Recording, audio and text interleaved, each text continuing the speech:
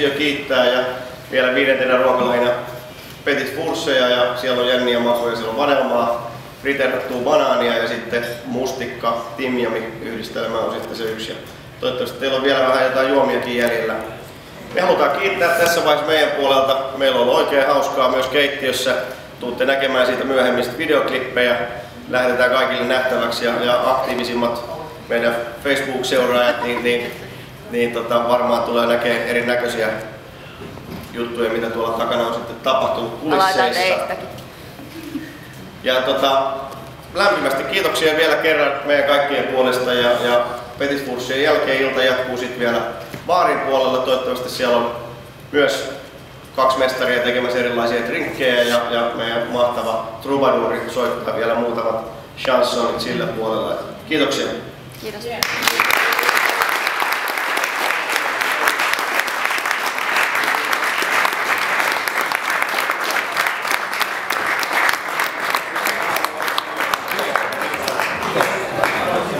Pankkoja.